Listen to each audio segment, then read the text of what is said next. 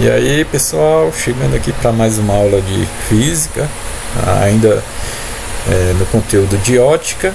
Nós vamos falar sobre espelho plano e espelhos esféricos. Aqui no caso dos espelhos esféricos, eles se classificam como côncavo ou convexo, tá? Então vamos lá, espelhos planos, iniciando aqui. Os espelhos, de um modo geral, eles são superfícies bem lisas, né, e bem polidas, e essas superfícies eles têm um grande poder de reflexão, tá? E eles podem ser planos ou esféricos, tá? Normalmente os espelhos eles vão permitir a formação de imagem dos objetos que não estão dentro do nosso campo visual, tá certo? Então por isso que ele vai permitir que a gente veja, né, no caso do carro, outros objetos que estão fora do nosso campo de visão, né? Porque nossos olhos vão estar sempre, né, para frente do automóvel, né? Então, se não tiver os espelhos ali, eu não vou ter um campo visual, né, que permita eu observar os carros que estão vindo, né, por trás do carro, né? Carro ou outros objetos, né? Então eles vão facilitar isso. Por quê? Porque eu vou formar as imagens, né, lá no espelho. Os espelhos planos, né, que são os primeiros que a gente vai estudar agora, eles são superfícies bem lisas e polidas, né, e a característica dele é que ele tem as faces planas, tem as faces retinhas, né, tá? E não tem face curvada. Então eles vão ter essa característica aqui, ó. Então o espelho aqui vai ter essa superfície plana, né, e vai permitir isso, né, que a gente já comentou, a visualização de imagem, né, a imagem aqui da pessoa lá no espelho. E como é que se forma uma imagem nos espelhos? Então a formação da imagem nos espelhos planos ocorre quando dois ou mais prolongamentos, vamos observar a figura aqui, ó. Formação de imagem nos espelhos planos ocorre quando dois ou mais prolongamentos de raio de luz refletidos se cruzam, dando origem a imagens virtuais. Então vamos interpretar isso aqui, ó. Então a imagem normalmente vai formar quando pelo menos dois raios, ó, digamos que um raio aqui está passando pela parte superior desse objeto, ó, bate, reflete, outro raio, segundo, ó, da parte inferior, bate, reflete e está retornando, ó. Na verdade ele está usando dois raios para cada caso aqui, ó. Para formar a imagem da parte superior, ó, tem que sair dois raios aqui, ó, de uma fonte de luz, aí incide e retorna lá para o olho da pessoa, tá? Mas a imagem vai ser formada não por esses raios refletidos, ele vai ser formado pelo prolongamento dele. Então você faz o prolongamento deles lá para trás do espelho, ó. Quando cruzou os dois, ó, aqui, ó, cruzou os dois, então formou essa primeira partezinha aqui, ó, essa parte de trás aqui da garrafa, né, do bocal da garrafa. E aqui embaixo do mesmo jeito, ó. Então esse cantinho aqui de baixo, né, do fundo da garrafa, dois raios saíram, né, em seguida no espelho, refletiram e projetou, né, prolongou esses raios refletidos lá embaixo, também formou, né, esse cantinho, né, da garrafa. Tá ok? E a gente disse aqui que a imagem é virtual, porque, ó, observa, a imagem ela é formada pelo prolongamento dos raios refletidos, tá? Toda vida que acontecer isso, nós vamos classificar a imagem como virtual. Se essa imagem estivesse se formando aqui, ó, do lado onde os raios incidiram, né, então ela estaria sendo formada pelos raios efetivos mesmos que foram refletidos no espelho, tá? Aí nesse caso nós teríamos aqui uma imagem real, certo? Daqui a pouco a gente vai detalhar até um pouquinho mais essa questão de imagem, mas eu posso dar uma ideia assim, ó, sempre que a imagem se formar do lado onde os raios incidiram, então ela vai ser uma imagem real. Sempre que a imagem se formar a partir do prolongamento dos raios refletidos, então vai ser uma imagem virtual. Agora vamos falar um pouquinho das características da imagem que se forma, né, em um espelho plano. A primeira coisa, que a distância que o objeto está ao espelho vai ser a mesma que a imagem também está em relação a esse espelho. Então P igual a P', então põe esse desenhozinho aqui, ó. Normalmente se usa essas letras. A letra P é a distância do objeto ao espelho e P' é a distância da imagem formada ao espelho. No caso são iguais esses valores, ó, P igual a P'.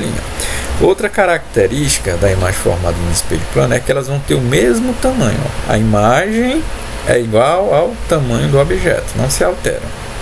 Agora vai ter uma característicazinha aqui diferente, ó. A imagem é enantiomorfa, ou seja, o que é que significa esse termo?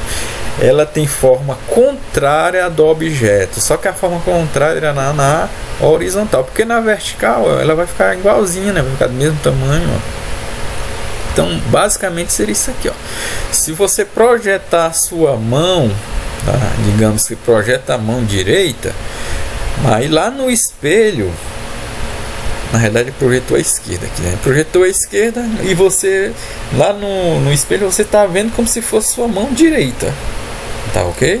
Por quê? Porque ele fez isso, a imagem ficou contrária à do espelho, só que sempre só na horizontal, porque se fosse na vertical essa imagem ficaria invertida, né? Ficaria de cabeça para baixo, tá ok?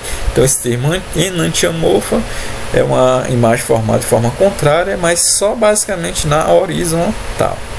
Outra característica é que a imagem é virtual, né? Ó, ela vai se formar sempre atrás do espelho, no caso do espelho plano, né? Pode ter situação que a gente tem uma imagem real, professor? Pode, tá? Vai ser nos espelhos curvos, tá? E a imagem, quando ela é virtual, que ela é formada pelo prolongamento dos raios refletidos, ela não pode ser projetada. Sei lá, botou uma tela bem aqui, ó.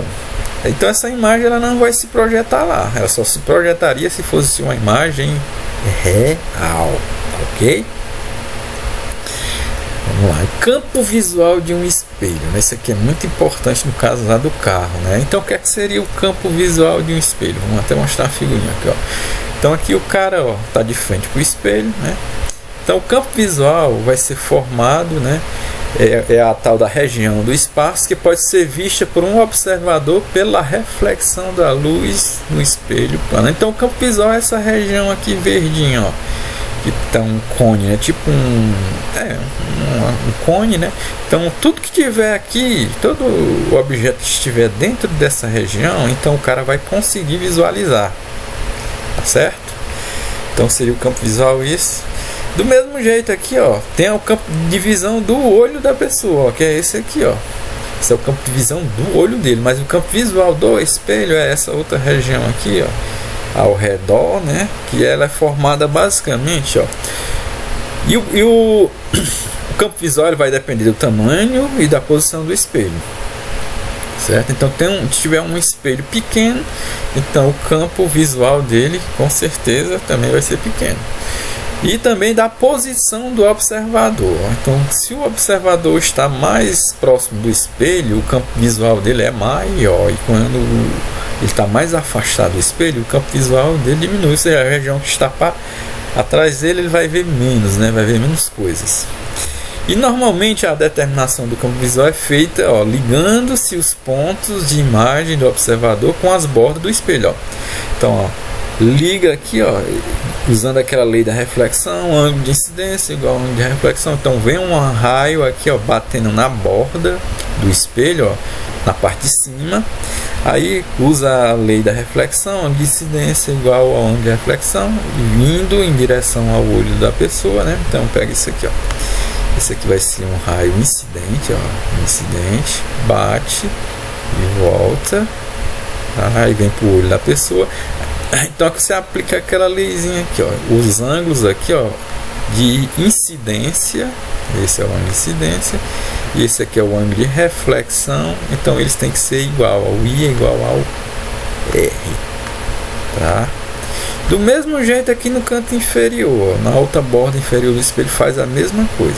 Pronto, aí esse prolongamentozinho aqui desse com esse forma o ângulo, campo visual, né? O campo visual do espelho. Então, se tiver, por exemplo, um objeto bem aqui, ó, nessa parte aqui, então o cara vamos botar até, ó, se ele olhar pelo espelho, ele não vai conseguir observar isso aqui. Ele só observa tudo que tiver nessa região aqui, ó. Se tiver aqui, ele vê. Tá? Então, se tiver fora do campo visual do espelho, ele não vai enxergar. Então, não sei se alguém já viu falar em pontos cegos, né, nos carros, que é exatamente devido ao campo visual formado pelo espelho, né? Mas depende muito da regulagem do motorista, né? Então vai ter os espelhos aqui laterais, né? Esses retrovisores, e tem um espelho bem no meio, né? Observe o campo visual do espelho central. Então, se tiver um carro bem aqui nessa região, né? Nesse campo visual, o motorista enxerga. Já se ele olhar pelo esse espelho do meio, esses dois carros aqui, o amarelo e o azul, ele não verá. Ele só vai ver por qual espelho. Esse do lado aqui, ó. Esse do lado aqui, ó. Ele tem esse campo visual aqui, esse cone, né, abrindo aqui. Então ele consegue ver, nesse caso, nesse momento, ele consegue ver só uma parte do carro.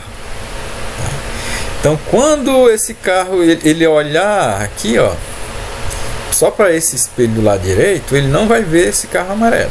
Então ele está num ponto cego aqui, ó. Então não está enxergando, tá? Já o outro espelho aqui na esquerda, ó, esse carro amarelo não vê nada dele, ó, porque ele está no ponto cego. O ponto cego é o ponto onde o objeto não está no campo visual do espelho, ok?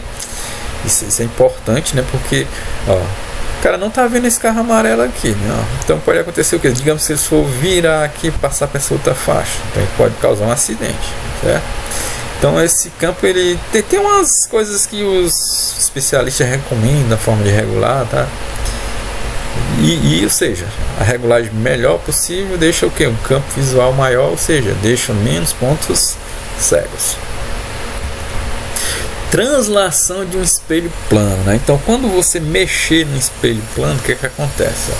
Então a translação de um espelho plano ocorre quando um espelho se desloca de uma distância D para outra, né? Então ó, o espelho está bem aqui no início, então se ele deslocar uma distância D em relação ao objeto, né, que vai formar a imagem, o que é que vai acontecer? Ó?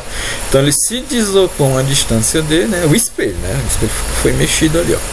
Então a imagem que vai ser transladada, a nova imagem vai ser formada, o que é que vai acontecer? Ó? Ela vai ficar agora a uma distância 2D, então a distância dobra. Ó. A imagem que estava antes estava bem aqui, ó. Aí, ó, ela passou a ser formada em um novo ponto. Então essa distância nova vai ser 2 vezes a distância com que você afastou o espelho aqui do objeto. No caso, afastou da pessoa, né? Então a imagem dela vai se formar mais atrás ainda, ó. Uma distância o quê? 2D, 2 vezes maior, né? Então a distância transladou, né? Ela se deslocou, né? Vamos dizer que a imagem deslocou-se uma distância 2 vezes maior do que a distância que o espelho se deslocou. Rotação de um espelho plano. Então, quando você gira o espelho, você vai mudar o campo visual, tá certo? Então, o que acontece basicamente? Ó? Então, quando você gira um espelho de um certo ângulo, então a imagem sofrerá uma rotação, né? Ó, exatamente por causa dessa mudança do campo visual.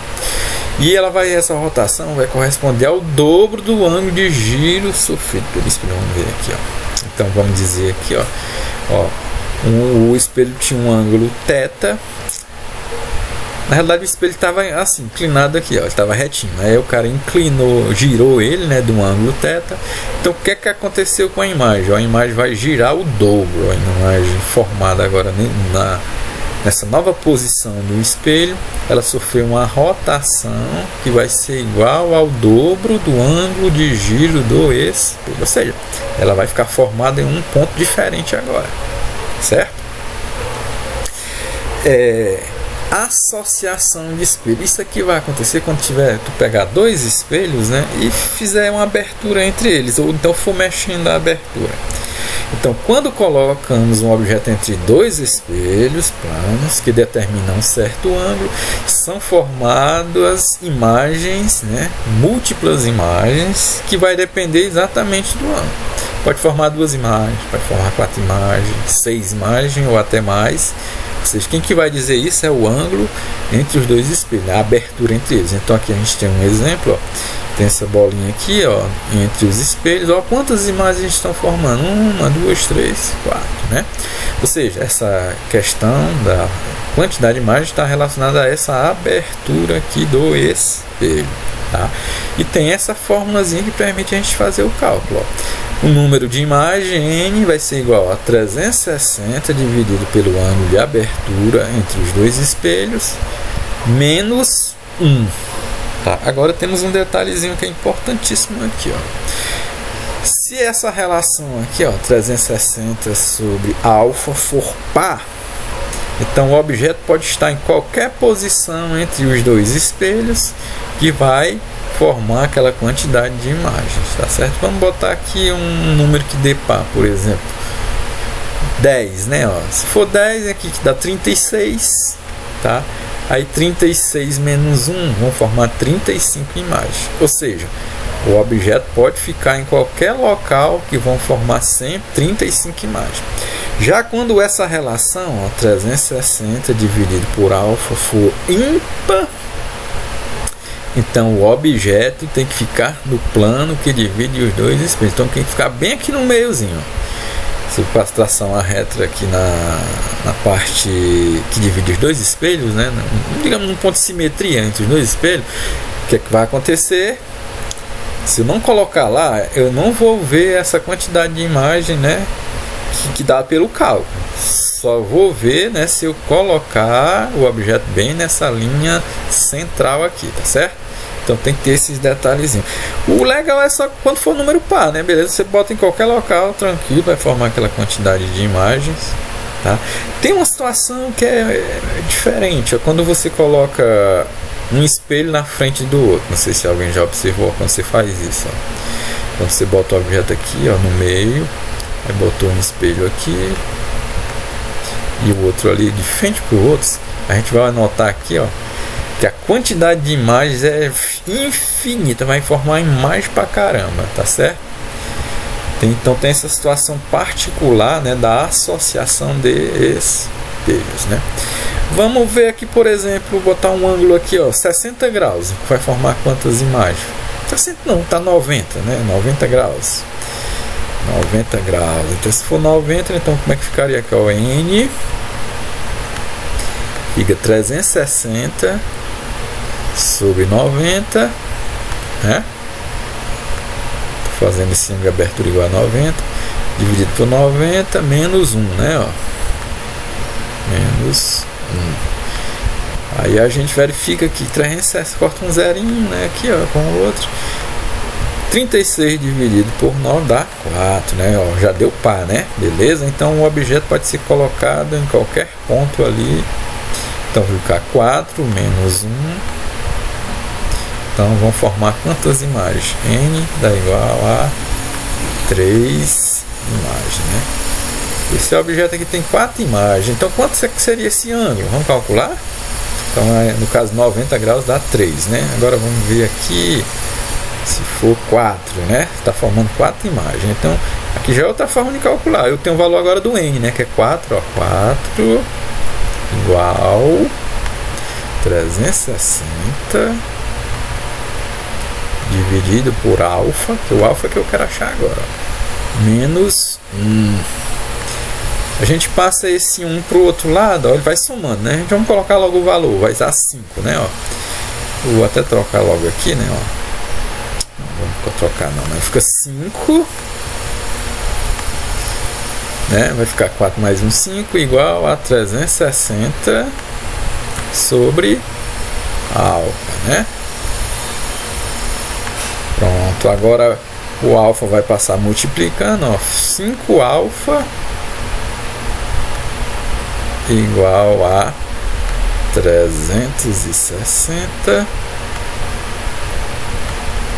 Pronto, agora para fechar, passo 5 dividindo, né? Então o alfa vai de 360 aqui, dividido por 5, que dá quanto? Vamos lá, essa divisãozinha aqui, ó. Então vai dar, vamos lá, 36 dividido por 5 vai dar 7, né? 5 vezes 7, 35, vai 1, né? Seria 10. 10 dividido por 5 dá 2, né? Vamos conferir, dá 72 graus. Vamos conferir se é isso mesmo. 5 vezes 2, 10, beleza, 10 vai 1, né? Ó, 5 vezes 7, 35, 35, isso mesmo. Então, no caso desses dois espelhos, ó, esse ângulo aqui, ó, essa abertura aqui, vale quanto? 72 e 2 graus. Aqui é ângulo, não é grau, né? Grau Celsius não, né? Que é de temperatura, beleza? Que é uma medida de ângulo. Pronto. Aí isso vai mudando, né? Se você for abrindo ali, ó, aumentando, a gente vai notar que as imagens vão ficar maior quando eu tiver um ângulo menor, né? Por exemplo, se fosse 10 graus, né, ficaria 35, né? Quanto menor o ângulo, maior a quantidade de imagens formadas. A galera às vezes tem uns locais aí, tem uns labirintos, né, cheio de espelhos, né, e você vê várias imagens, né, então é por isso, pelos ângulos que são formados.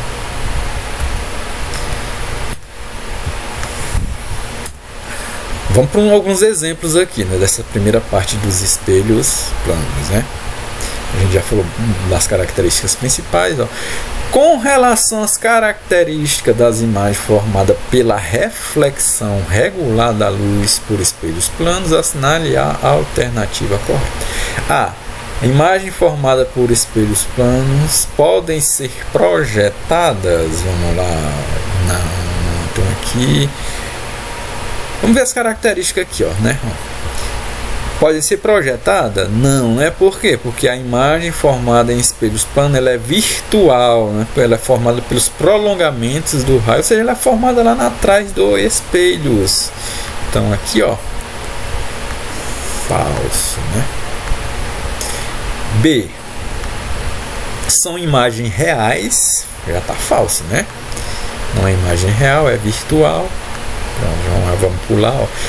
Trata-se de imagens virtuais, beleza, que está certinho, formada atrás dos espelhos e invertidas horizontalmente, perfeito, né? Ó, a imagem formada é virtual, né? Beleza, formada pelos prolongamentos, não pode ser projetada, isso. Ou seja, ela vai ser formada sempre atrás lá do espelho e invertidas horizontalmente. Ela é enantiomorfa, ela é de forma contrária, né, ao do objeto na horizontal, na vertical não, beleza? Então já descobrimos um item aqui, professor, já. O item C, né? Vamos só analisar o item D aqui, ó. São imagens virtuais, belezas, e enantiomorfas, beleza? Ou seja, são invertidas na vertical, né? A gente já viu que elas são invertidas na horizontal. Porque se inverter na vertical, ela fica de cabeça para baixo. E no espelho a gente não vê isso, né? Ó. São imagens reais, ó, já é falso. Não sei se vocês já observaram, por exemplo, nas ambulâncias, né? O cara pode observar o nome em frente à ambulância, ele é invertido, né? Tá? Por que eles fazem isso? Exatamente para o motorista da frente, né? Quando ele vê ali, ó, lê o nome, ele vai ler o nome ambulância direitinho, de forma correta, né? Aí ele deixa, né? Normalmente a ambulância tem que liberar o trânsito para passar, né? Deve estar socorrendo alguém. Então é por isso, né, que aquela imagem, né, aquela letra, né, ali que é impressa ali em frente à ambulância, ela é colocada de forma invertida, né, para que o motorista visualize lá pelo seu espelho, né, de forma correta o nome e dê passagem, né, para a ambulância. A gente tem essas características. A distância do objeto ao espelho é a mesma da imagem ao espelho e os tamanhos das imagens são iguais, né? Aqui não explorou, né, mas vamos só relembrar. Segundo exemplo, ó. Um objeto de 20 cm de altura é colocado 30 cm à frente da superfície de um espelho plano. Assinale a alternativa que apresenta, respectivamente, a altura da imagem refletida pelo espelho e a distância entre o objeto e a sua imagem, né? Entre a imagem formada dele. Então, organizando aqui primeiro os dados, ó. O O, né, que é o tamanho do objeto. A gente usa a letra O, né? A imagem normalmente usa a letra I. É colocada a 30 cm à frente da superfície do espelho, ou seja, essa é a distância que o objeto está em relação ao espelho, que a gente usa a letra P, 30 cm. Ele quer saber, ó, o valor, né, a altura da imagem, que é a letra I, ó, e ele quer saber a distância entre o objeto e essa imagem. Não confundir, ó. Ele está dizendo, ó, a distância entre o objeto e sua imagem. Não vá confundir que ele está pedindo a distância da imagem ao espelho. Ou seja, o valor que ele quer ali, que a gente calcula, é o P mais o P'. tá certo? E a gente já sabe essa informaçãozinha aqui, ó, o P igual a P'. Então vamos organizar aqui, ó. O tamanho da imagem é o mesmo do objeto, então o O é igual ao I, no caso o I é igual a 20, né, ó. E o valor agora, ó, distância do objeto ao espelho é a mesma da imagem ao espelho, então P igual a P', que é igual a 30 centímetros, mas esse não é o valor que eu quero, né? Eu quero é esse, né?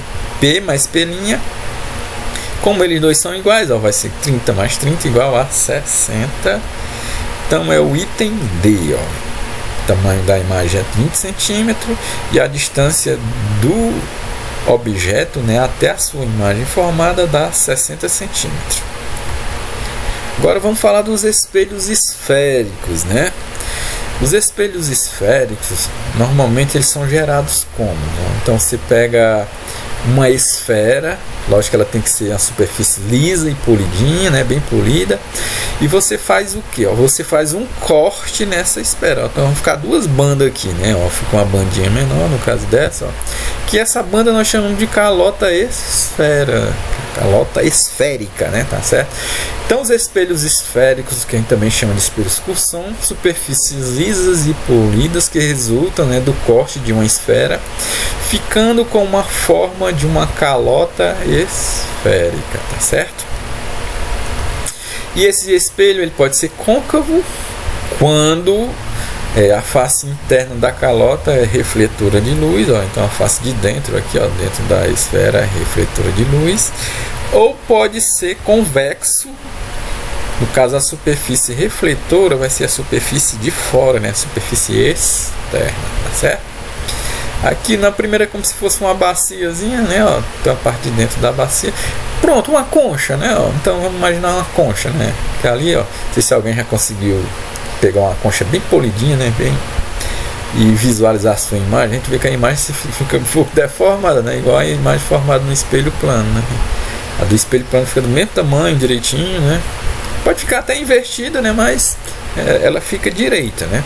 Aqui, algumas vezes a imagem fica um pouco deformada. Pode ficar maior, pode ficar menor. Vai depender de alguns fatores, tá? E aqui, né? No côncavo, a parte de dentro que é a parte refletora, né?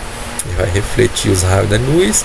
E aqui no convexo é a parte externa da calota esférica. Agora tem umas nomenclaturas, né, uns nomes dados aos elementos de um espelho esférico, né? Tá aqui o desenhozinho, ó, aparece aqui, por exemplo, a letra F, a letra C, a letra V, né? Então vamos ver o que é que significa o alfa aqui, né? Então vamos ver o que é que significa cada termozinho desse, ó. Então C tá bem aqui, ó. O Czinho tá bem aqui, né? O C ele representa o centro de curvatura da calota esférica. Ou seja, esse C, galera, é o ponto central da esfera que gerou o espelho. Ó, tá aqui a esfera que gerou esse espelho, ó. Então era o ponto central dela. A letra R, ela representa o raio, né? O raio é a distância do centro até a borda externa, né, da calota esférica. Em qualquer ponto, pessoal. O raio, ó, observa aqui, ó, pegou do ponto C ao ponto V, né? O ponto V está bem na parte externa, dá o raio, né? E o raio pode ser obtido de qualquer outro ponto, ó. Daqui para cá, ó, do centro para esse ponto também vai ser o raio. Você sempre, se você pegar do centro, referenciado do centro, e puxar para a borda externa, ó, puxei para a borda externa, então nós vamos obter o raio, né, do nosso espelho, né? No caso aqui, esse aqui está imaginado, no caso seria, ó, nessa região de dentro aqui, ó, daqui para cá vai dar o raio do nosso espelho, né, do centro até a borda externa. Outro termo ali é quem? Vamos colocar aqui o V, né? O V na realidade a gente chama de vértice do espelho. O vértice do espelho é você pega o ponto mais externo da calota esférica, né? Mas é interessante a gente falar uma coisa, ele tem que ser esse ponto que cruza o eixo principal, tá certo? E o que é o eixo principal? Vamos já falar dele, ó. E nós temos o F, né, que é chamado de distância focal. Alguns chamam só de foco, né? É a distância focal do espelho, que é o ponto médio entre o centro de curvatura e o vértice. Ó, o ponto médio ele vai ficar bem no meio, né? Entre o C e o V, ó, tá certo? Ou seja, a gente pode dizer, né, que o foco, né, a distância focal vai ser o R dividido por 2, né, que está bem na metade aqui do raio, ó, tá vendo? Do C para o V é o raio e o foco vai ficar no ponto médio, então você pega a distância e divide por 2. O ângulo de abertura, né, que é essa abertura do espelho, né, dos dois, você faz assim, traça aqui esse eixo, né, pegando a borda de cima do espelho e traça também uma reta pegando a borda inferior, né? Aí a abertura que deu aqui, ó, nós chamamos de ângulo de abertura do espelho. O eixo principal, né, ó, que foi mostrado, falei antes aqui, ó, que o vértice tem que estar sempre no eixo principal. O eixo principal vai ser uma reta que vai ligar o centro e o vértice, ok? O vértice, né? E esse eixo principal vai ter essa característica, ele vai dividir o espelho em duas bandas iguais, ó, do lado de cá, esse do lado de cá é igual a outra banda, né, que está do lado de cima, né? Então a banda de baixo é igual à banda de cima, tá? Aí você pode dizer assim, professor, o eixo principal vai ser sempre horizontal? Não necessariamente. Se esse espelho tiver noutra situação, se ele tiver assim, ó, representado desse jeitinho aqui, ó, vamos usar até a figurinha aqui, né, ó. Se esse espelho tivesse desse jeitinho aqui, ó, já o eixo principal não seria horizontal, né? Seria que passar bem aqui no meio, ó. Então o eixo principal seria desse jeitinho, tá? Mas normalmente nos livros, né, nos problemas, a gente costuma desenhar desse jeitinho, ó, o eixo principal horizontal, que é até melhor de se trabalhar, né, de fazer cálculo, né, de fazer a representação das imagens, né? Nós temos também um eixo chamado eixo secundário. É qualquer outra reta que passe pelo centro de curvatura. Qualquer outra reta, né? O principal tem que sempre passar pelo vértice. Então vamos dar um exemplo aqui de um eixo secundário, ó. Seria esse aqui, ó. Não está passando pelo vértice, né? Então é um eixo secundário. Vamos lá apagar aqui para a gente prosseguir. Então vamos. Agora vamos falar um pouquinho de algumas propriedades dos espelhos esféricos, né, de Gauss, né? O que é que seria isso, espelho esférico de Gauss, né? É um cara que estudou muitos espelhos, né, e ele deu algumas propriedades. A primeira é a condição, são as condições de nitidez, né, do espelho de Gauss. Então, primeiro, o espelho deve ter pequeno ângulo de abertura, né? Então aquele ângulozinho ali, né, que foi mostrado na figura anterior, né, ó, que é esse ângulo, deu um espelho aqui, ó. Esse ângulo alfa aqui, ó, que é a abertura do espelho, tá? Então, deixa eu botar esse negocinho para representar o espelho, né? Normalmente a gente usa esses dois pontinhos nas extremidades do espelho. Então, esse ângulo alfa aqui, que é a abertura do espelho, para a gente ver nitidamente as imagens, né? O ângulo tem que ser alfa igual a 10 graus Celsius, né? Tá bem aqui, ó. Beleza? Se for ângulos maiores, vai perdendo a nitidez. Se a imagem não fica perfeita, ela vai ficando, digamos, como é que eu posso dizer o termo, né? Embaçada, né? Por exemplo, né? A imagem vai ficando embaçada. Segunda condição da nitidez, ó. Os raios incidentes devem ser próximos ao eixo principal, né? O eixo principal, vamos lembrar aqui, né? É o eixo que está aqui, né? Que liga o vértice, né, ao centro. Então os raios, ó, eles não podem ser distantes, ó. Se o raio ali incide distante lá, ó, então distante do espelho não vai ficar legal. Ou até mesmo aqui, né? No próprio espelho, dependendo também do tamanho do espelho. Ó, se o raio ficar mais perto da borda, né, então a imagem formada não vai ser legal, ela não vai ficar nítida, né, vai ficar aquela imagem borrada, né, como eu falei antes. Aquele raio lá de cima não está nem batendo no espelho, né, então ali ele não vai servir, né, para formar a imagem, tá? Então tem que ser um raio mesmo que passe, que cruze, né, que incida sobre o espelho, né? E uma outra condição de nitidez, os raios incidentes devem ser pouco inclinados, né? Deve ser o mínimo possível inclinado. Se for um inclinadão desse jeito, aí já vai deixar a imagem borrada. Tem que ser um ângulozinho pequeno. Um ângulo pequeno, um ângulozinho pequeno, bater no espelho, tá? Aqui tá quase paralelo, né? Então é um ângulo pequenininho. Então, para a gente ter realmente a imagem perfeita, né, bem nítida, tem que atender essas 3 condições, tá? Agora, tipos de raio, né? Ó. Então, quando a gente vai estudar alguns os espelhos, né, tem alguns tipos de raio que são característicos, né? Então, aqui nós vamos falar, ó, com relação aos espelhos primeiro, ó. Então, existem 4 tipos de raios que saem dos objetos e incidem sobre o espelho, que são necessários conhecer para se compreender o tamanho e a posição da imagem formada nos espelhos, né? Então, de acordo com a imagem que vai se formar nos espelhos, elas vão ser formadas a partir desses raios, tá? Então, por isso que é importante a gente conhecer. Então, vamos falar desses 4, né? Tanto a imagem vai ser formada no espelho côncavo como no convexo. Então, vamos lá. Se um raio de luz incidir paralelamente ao eixo principal, ó, o eixo principal está aqui no meio, ó. Se eu tiver um raio incidindo paralelo a esse, né, ó, paralelo, o que é que vai acontecer? O raio refletido, ele vai refletir sempre para o foco, né, do espelho. Então, o espelho côncavo aqui, ó, incidiu paralelo ao eixo principal, voltou pelo foco.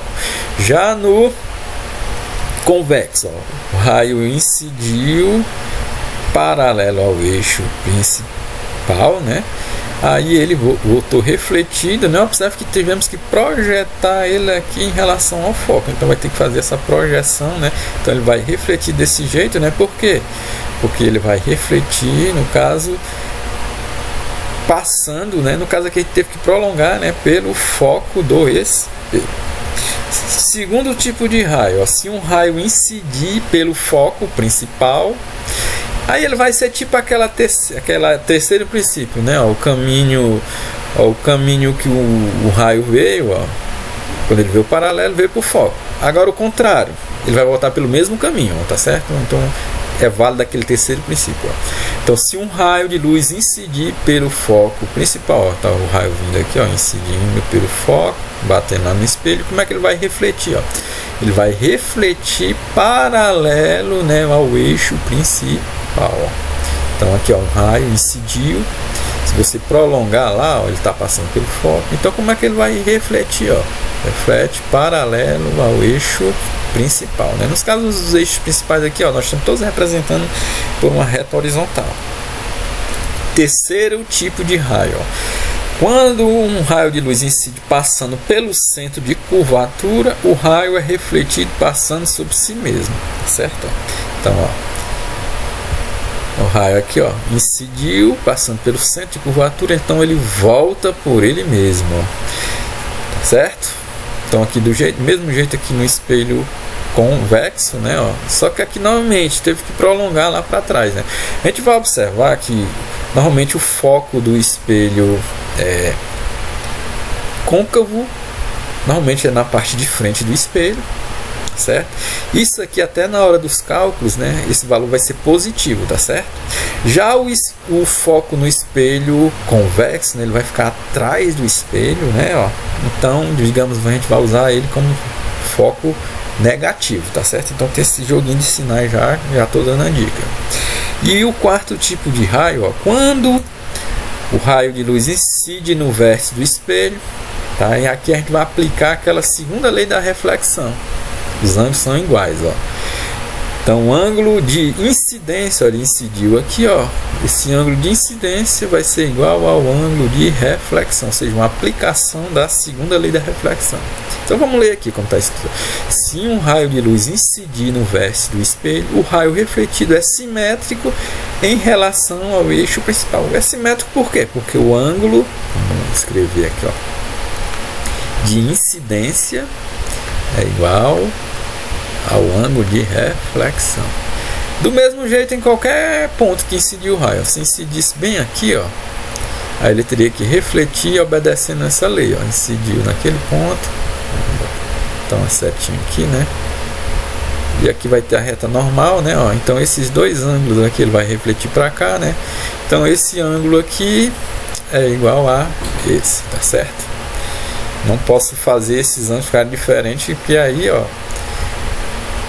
não está obedecendo a segunda lei da reflexão. Pronto. Então são esses 4 tipos de raios, né, que a gente normalmente representa, né, como a luz, né, está se comportando, né, está incidindo, né, e refletindo no espelho. No caso, no espelho aqui, no espelho curvo, né, espelho esférico. Agora as imagens, deixa eu apagar aqui que ficou aqui, né, que eu escrevi. As imagens que são formadas nos espelhos esféricos, ela vai ter uma classificação, que normalmente ela segue 3 parâmetros. Prolongamento dos raios, né, que a gente já viu até, ó, imagem real e virtual. A orientação em relação ao objeto, né, ela pode ser invertida ou normal. E tamanho da imagem, tá? Então vamos lá. Quando é que eu tenho a classificação da imagem como real? É porque ela é formada pelo cruzamento efetivo dos raios refletidos. Como seria basicamente isso aqui, ó. Sei lá, vou apresentar aqui aleatoriamente, ó. Esse raio aqui incidiu, refletiu e voltou, né? Aí tem que ser pelo menos 2, né? 2 raios que se cruzem. Vamos botar outro aqui, digamos que eu incidiu aqui, ó, e voltou, ó, refletiu. Então aqui, ó, vai formar uma imagem bem aqui. Então essa imagem formada, ela é real, porque é pelo cruzamento efetivo dos raios refletidos. E essa imagem pode ser projetada, professor? Pode, né? A gente já viu que a virtual não pode. E nós temos a imagem virtual, que é formada pelo cruzamento, né, do prolongamento dos raios refletidos. Só lembrar aquela dica que eu dei, ó. Sempre que a imagem se formar do lado onde os raios incidiram, ela vai ser real. E sempre que ela se formar pelo prolongamento, né, vai ser virtual.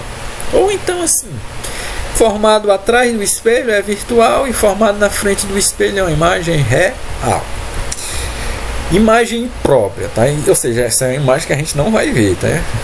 Ela vai ser formada pelo cruzamento dos raios no infinito. Mas vamos usar esse outro termo aqui, ó. São os raios refletidos que saem paralelos e não se cruzam, né? Então, quando eu tiver a situação que os raios não se cruzam, nós vamos ter, não vamos nem ver uma imagem, né? Então, ela vai ser uma imagem imprópria. Imagem direita. A imagem, ela vai ser igualzinho à imagem do objeto, né? Mas ela pode ser até maior ou menor, mas assim, o formato da imagem não muda, não vai ficar idêntico, né, a imagem do objeto. Pode ser até uma imagem reduzida, pode ser até uma imagem ampliada. Aí a imagem invertida, né, aquela que vai ter a orientação invertida em relação ao objeto original e ao eixo principal, né? Então a imagem vai se formar de cabeça para baixo, né? Seria, sei lá, vou montar um exemplozinho aqui, ó. Para traçar uma reta aqui é osso. Então vamos lá, reta aqui. Seria isso aqui, ó. Tem o objeto. Aí, ó, a imagem dele formada invertida vai ser desse jeitinho. Ela vai se formar de cabeça para baixo e ela vai se formar, ó, do outro lado do eixo principal. E a imagem também ainda pode ser, ó, maior, quando ela for maior do que o tamanho do objeto. Ela pode ser menor, quando for tamanho reduzido em relação ao objeto original. E ela pode ser igual, ó, do mesmo tamanho do objeto. Pode acontecer, professor? Pode. A gente já viu que lá no espelho plano é igual, tá? Mas lá no espelho plano nunca vai ter uma imagem maior e nunca vai ter uma imagem menor.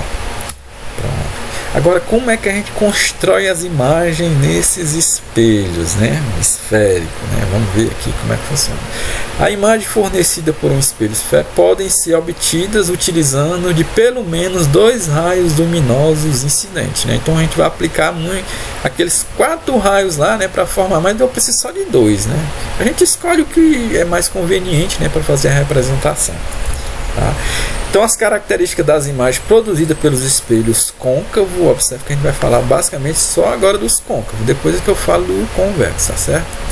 Ela vai depender basicamente da posição do objeto em relação ao espelho, se ele está mais próximo, se ele está mais distante, né? Então há 5 casos importantes que a gente vai ter que considerar, tá certo?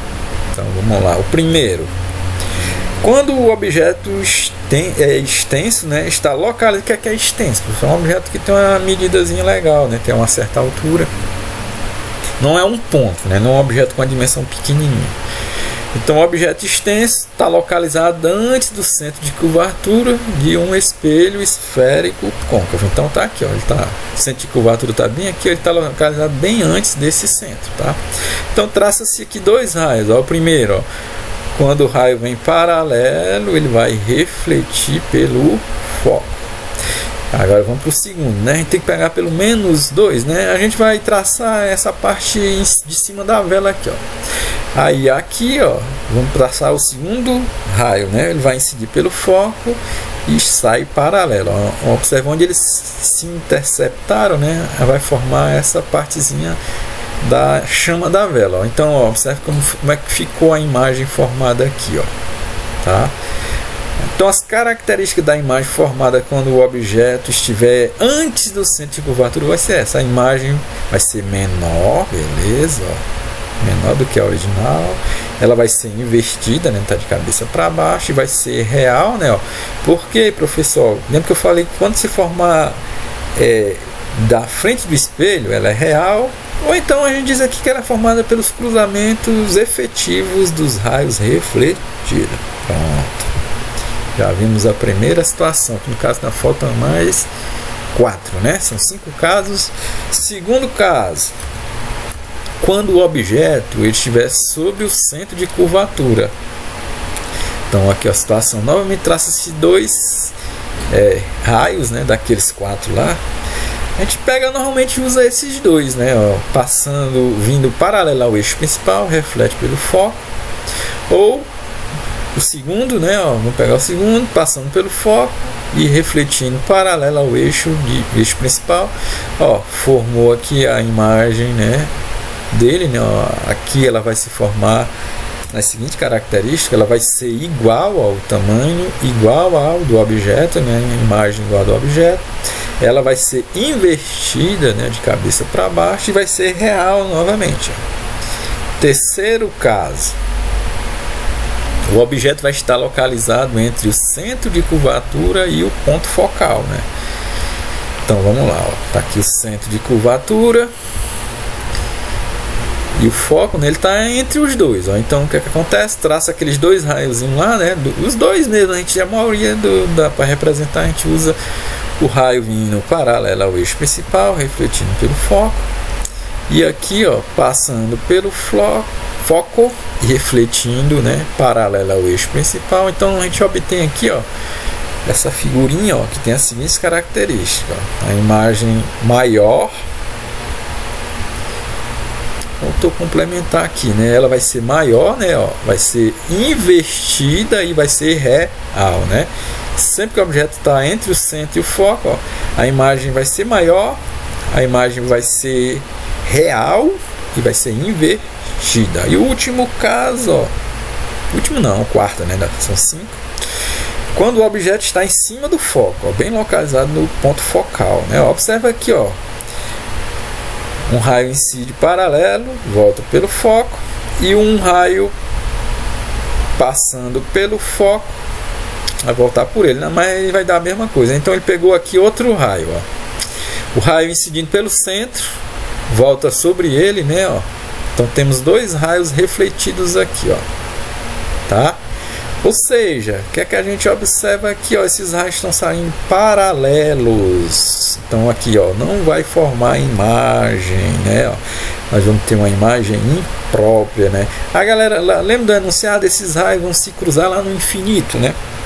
O infinito não dá nem para uma distância muito grande, né? Tá? Não tem nem número para representar o infinito. Então eles não vão se cruzar, né? Pelo menos aqui no ponto onde a gente visualiza, né? Que lembra daquelas regrinhas de nitidez, né? Tem que ficar próximo do espelho, então ninguém vai ver nada aqui, ó. Então a imagem é imprópria. Sempre tiver no foco, né? Lembrem aí. Quinto caso, né? No caso do espelho côncavo, né? O objeto está localizado entre o foco e o vértice, ó. Entre o foco e o vértice, vamos traçar aquele dois raiozinhos aqui. É o primeiro, incide paralelo, ele vai refletir pelo foco tá? E vai incidir pelo vértice, né? Aqui, ó, e os ângulos vão ser iguais, não? Ele reflete no mesmo ângulo. Então, aqui, ó, esses raios não estão se cruzando aqui, ó, na parte, mas vamos prolongar, né? Prolonga aqui, ó, porque nesse caso eles não estão paralelos, então eles podem se cruzar lá na parte de trás do espelho, ó. Então eles se cruzam exatamente lá na parte traseira, ó, do espelho. Então aqui, ó, a imagem formada, ela é maior, ela é direita e virtual, certo? Por exemplo, os espelhos dos carros, né? Vocês acham que ele é retinho, que é plano ou é curvo, né? Tá? Só, a gente pensa que ele é reto, né? Que ele é plano, mas na realidade ele é um espelho curvo, tá? Só que é um curvo quase plano, né? Ou seja, o raio de curvatura dele é grande pra caramba, tá certo? Por quê? Porque também a gente quer pegar um campo visual bem legalzinho, né? Do espelho, pegar até uma distância considerável, né? Então esses espelhos, eles fazem isso, né? Esses espelhos côncavos, né? Eles ajudam também a gente ter um campo de visão maior, tá? E o ideal, né, para o espelho seja que a imagem formada seja igual à do objeto, né? Que é esquisito se ela fica pequena, eu estou vendo um objeto pequeno, pode até confundir a gente. Tá, então, mas o espelho lá dos retrovisores do carro, eles são curvos, tá? Agora vamos avaliar o caso dos espelhos convexos, né? Os espelhos convexos, vocês vão sempre formar as imagens dele sempre do mesmo jeito. Então vamos lá. A imagem vai ser sempre, ó, então usando aquele mesmo artifício, ó, dois raios, ó, primeiro incidiu paralelo, reflete pelo foco, né, ó, por isso que prolongou bem aqui, ó. Aí pegou um raio incidindo pelo centro, então ele vai voltar nele mesmo, né, vai refletir pelo mesmo caminho. Então fez a interseção dos dois, ó, e obteve aqui a extremidadezinha aqui da vela, né, da chama, né, ó. Observe como foi a imagem, né. Então a imagem vai ser sempre menor, vai ser sempre direita e vai ser sempre virtual, vai ficar sempre atrás do espelho, né. Vocês observam que nós tivemos, ó, não foram 5 situações no côncavo, né. Teve 4 situações que foi imagem real e uma virtual, né. E então, ou seja, nós vamos ter 2 casos onde a imagem vai ser virtual, ó. Quando for espelho convexo, sempre, e no côncavo, sempre que o objeto estiver entre o foco e o vértice. Agora tem um estudozinho matemático, né, para a gente avaliar, né, os valores, né, daquelas características lá do espelho, né, ó. Aqui, ó, a distância do objeto para o espelho, a gente representa pela letra P, a mesma letra que nós usamos no espelho plano, né, ó. E a distância da imagem ao espelho é P'. Nós temos o foco, né, a gente usa a letra F, normalmente minúscula, está aqui, ó, a distância F. Então, a gente vai ter basicamente 2 equações, ó. A primeira chama-se equação dos pontos conjugados, que também chama equação de Gauss. Ela vai ser essa, ó. 1 sobre F, ou seja, 1 sobre distância focal, vai ser igual a 1 sobre P, que é a distância do objeto ao espelho, mais 1 sobre P', ou seja, 1 sobre a distância da imagem ao espelho. Então, por exemplo, como é que eu aplico isso aqui, professor? Sei lá, eu quero saber onde é que a imagem está se formando. Então, vamos lá, eu tenho o foco do espelho e tenho a distância dele para o espelho, então substituo os valores e acho o P', tá? Ou outras coisas, né? Eu tenho as 2 distâncias, ó, da imagem ao espelho e do objeto ao espelho, dá para achar o foco do espelho. Então dá para fazer essas jogadinhas aí, ó. E outra relaçãozinha, né, para estudar os espelhos esféricos é o aumento linear transversal. O aumento linear, galera, seria esse aumento no objeto, né, na vertical, tá certo? Então como é que a gente vai fazer esse cálculo? Lógico que originalmente você faria o quê?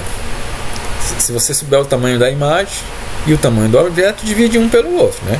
Aí vai dizer o quanto a imagem é maior ou menor do que o objeto, ou igual, né? Se for o mesmo tamanho, né, o A vai dar 1, né? Ó.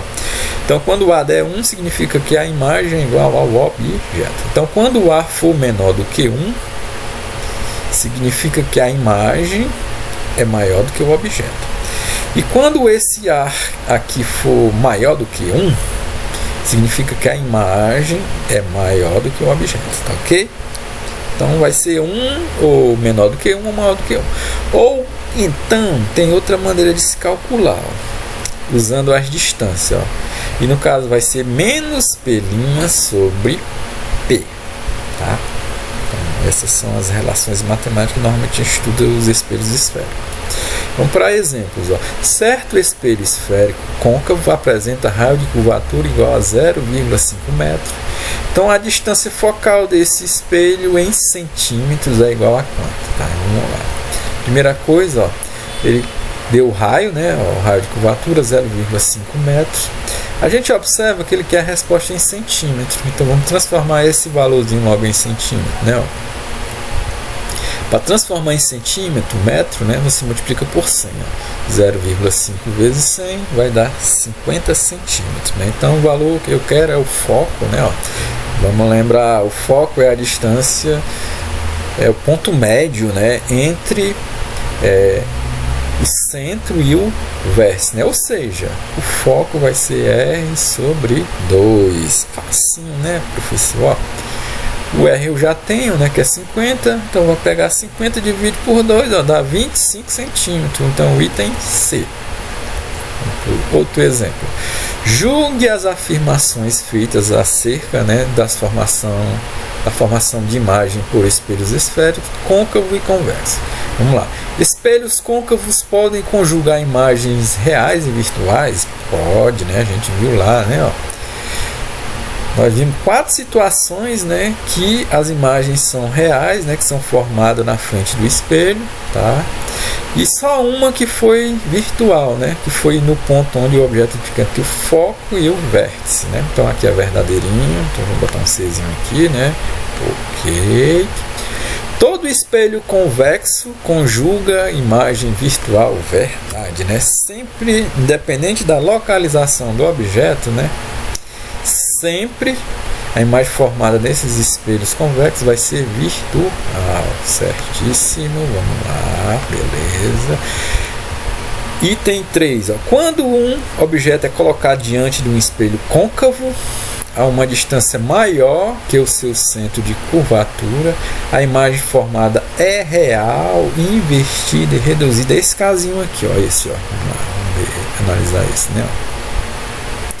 O objeto está diante de uma distância maior que o seu centro de curvatura. O centro está bem aqui, então está bem aqui, ó. Então a imagem dele vai ser formada, vai ser real, né? Beleza, olha, forma um realzinho aqui, ok, certo. Invertida, sim, ó, de cabeça para baixo, e reduzida, né? Ela vai ser menor. Então tá certinho, tá? Se você tem dúvida, né, traça os raiozinhos, né, faz o desenhozinho do espelho, né, porque aqui é ótica geométrica. Lembra que a gente ia falar de figura, né, de desenho, né, fazer a geometria, né, do traçado da prolongação, da traçado, né, da forma como a luz está se propagando. E o quarto afirmativo aqui, ó, quando algum objeto é posicionado à frente de um espelho côncavo, exatamente em seu foco, tá? Os raios de luz refletidos pelo espelho não se cruzam. Isso, vamos ver aqui, ó, no foco, bem aqui, ó, esse terceiro, quarto caso, né, ó. Sempre que o raio é posicionado em cima do foco, ó, os raios vão refletir paralelo um ao outro, ou seja, eles não se cruzam, então é verdadeiro, né? Então a gente vai concluir aqui que todas as afirmativas são corretas. Deixa eu apagar. Então vamos lá, apagando aqui.